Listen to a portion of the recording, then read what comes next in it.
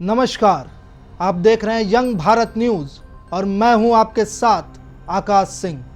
स्वागत है आपका हमारे इस विशेष सेगमेंट में जहां सच का खौफनाक चेहरा सबसे पहले आपके सामने आता है। आज हम लेकर आए हैं एक ऐसी कहानी जो आपके रोंगटे खड़े कर देगी।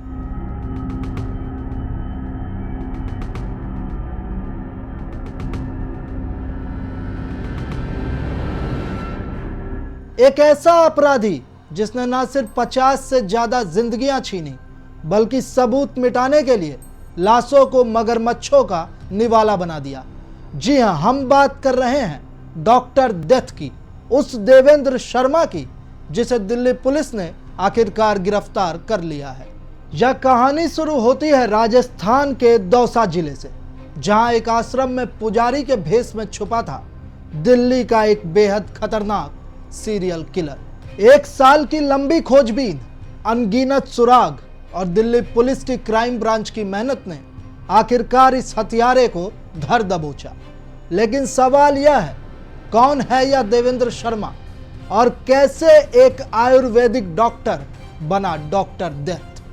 67 साल का देवेंद्र शर्मा कभी पेशे से एक आयुर्वेदिक चिकित्सक हुआ करता था, लेकिन 1990 के दशक में उसकी जिंदगी ने एक खतरनाक मोड़ ले लिया। एक असफल गैस डीलरशिप के बाद वो अपराध की काली दुनिया में उतर गया।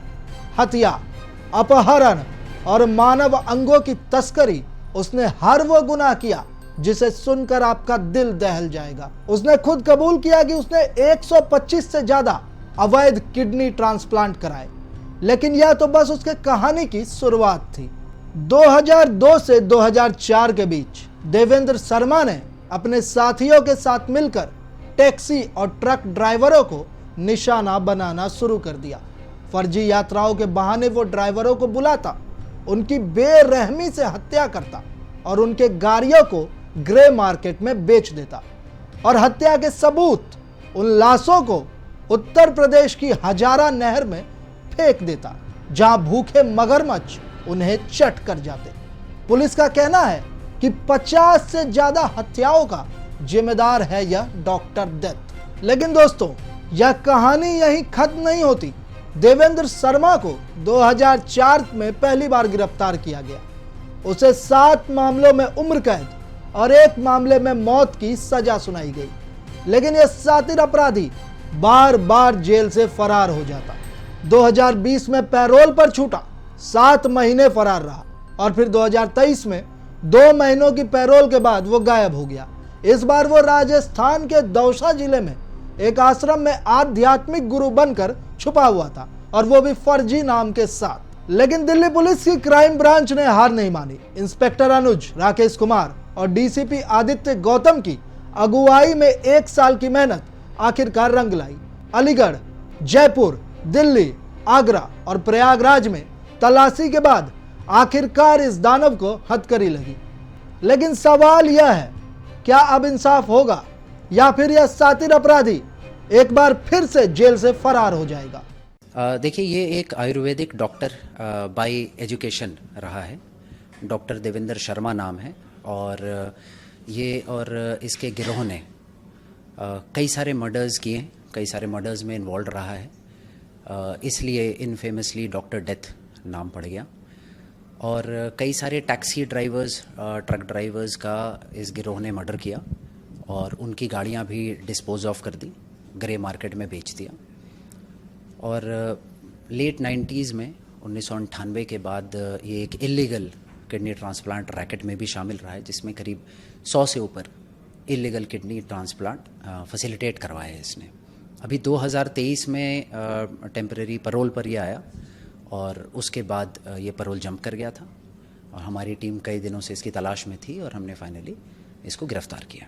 देखिए, हत्याएं तो काफ़ी हैं। अभी 26-27 केसेस में इन्वॉल्व पाया गया है ये आदमी, और इसमें करीब 7 केसेस में कन्विक्शन भी हो गई है, जिसमें लाइफ इम्प्रिजनमेंट है, और 1 केस में डेथ पेनल्टी भी मिल चुकी है।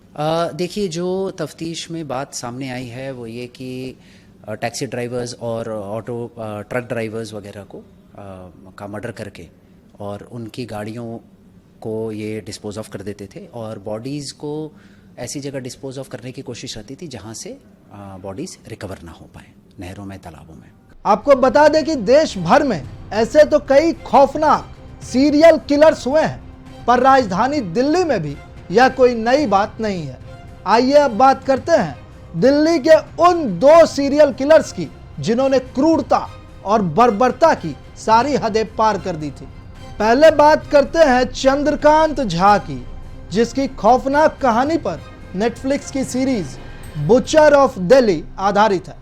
बिहार के मधेपुरा जिले के रहने वाले इस शख्स ने 1998 से 2007 तक पश्चिमी दिल्ली को अपने खून खराबे का अड्डा बनाया। 18 मासूम जिंदगियां एक के बाद एक बेरहमी से काट दी गई। झा का तरीका बिल्कुल सुनियोजित और शैतानी था। वह प्रवासी मजदूरों को अपना दोस्त बनाता, उन्हें नौकरी और घर का लालच देता और फिर छोटी छोटी बातों जैसे शराब पीना या झूठ बोलना, इस पर उन्हें बंधक बनाकर गला घोंटकर और उनके शरीर के टुकड़े टुकड़े कर देता। और हिम्मत तो ऐसी की बात ना करे, वह सबों के साथ पुलिस को चिढ़ाने वाली चिट्ठियां छोड़ता जिन पर लिखा होता, तुम्हारा बाप, तुम्हारा जीजाजी, औकात है तो पकड़ के दिखाओ। तिहाड़ जेल के बाहर 30 हजारी कोर्ट के पास सबों के टुकड़े टोकरी में बंद मिलते और पुलिस बेबस। 2007 में आखिरकार चंद्रकांत झा पकड़ा गया, लेकिन 2023 में पैरोल पर रिहा होने के बाद वह फिर फरार हो गया। इसके बाद जनवरी 2025 में दिल्ली पुलिस ने उसे पुरानी दिल्ली रेलवे स्टेशन से धर दबोचा। अब नोएडा के निठारी हत्याकांड की ओर रुख करते हैं, जिसने 2006 में देश को झकझोर दिया। निठारी गांव में एक नाले के पास से बच्चों और महिलाओं की हड्डियां बरामद हुई और मुनिंदर सिंह पंढेर के घर में काम करने वाले सुरेंद्र कोहली पर इन हत्याओं का इल्जाम लगा। 2005-06 के बीच दर्जनों बच्चे और महिलाएं गायब हुए और बाद में उनके अवशेष नाले में पाए गए। कोहली पर आरोप था कि वह मासूमों को लालच देकर घर ले जाता, उनकी हत्या करता और फिर उनके शवों को ठिकाने लगाता। यह सिर्फ हत्या नहीं बल्कि एक रूह कपा देने वाली हैवानियत थी। कोहली को 16 मामलों में सजा सुनाई गई, लेकिन 2023 में इलाहाबाद हाई कोर्ट ने उसे कुछ मामलों में बरी कर दिया। आपको बता दें कि निठारी कांड पर भी सेक्टर 36 नाम की एक फिल्म बनाई गई है। दोस्तों, ये कहानियां सिर्फ अपराध की नहीं बल्कि उस मानसिकता की है जो इंसान को हैवान बना देती है। देवेंद्र शर्मा, चंद्रकांत झा और सुरेंद्र कोहली जैसे सीरियल किलर्स ना सिर्फ अपने शिकार को चुनते थे बल्कि अपने अपराधों को एक खेल की तरह खेलते थे। एक मगरमच्छ को सबूत सौंपता, दूसरा पुलिस को खुलेआम चुनौती देता, तो तीसरा हड्डियों को नाले में बहा देता। लेकिन इन सब के बीच सवाल यह उठता है, क्या इंसानों में से इंसानियत धीरे धीरे खत्म होती जा रही है? आखिर देवेंद्र शर्मा, चंद्रकांत झा और सुरेंद्र कोहली जैसे लोग भी तो हमारी आपकी तरह इंसान ही हैं। फिर क्यों इन्होंने हैवानियत और दरिंदगी की सारी हदें पार कर दी? क्या ये सब किसी मानसिक बीमारी से ग्रस्त थे, या फिर लोगों को तड़पता हुआ देख इनके दिल को ठंडक और दिमाग को तसल्ली मिलती थी? अपने विचार हमें कमेंट सेक्शन में जरूर बताएं और ऐसे ही तमाम छोटी बड़ी खबरों के लिए जुड़े रहें हमारे साथ। हम हैं यंग भारत, सच के साथ।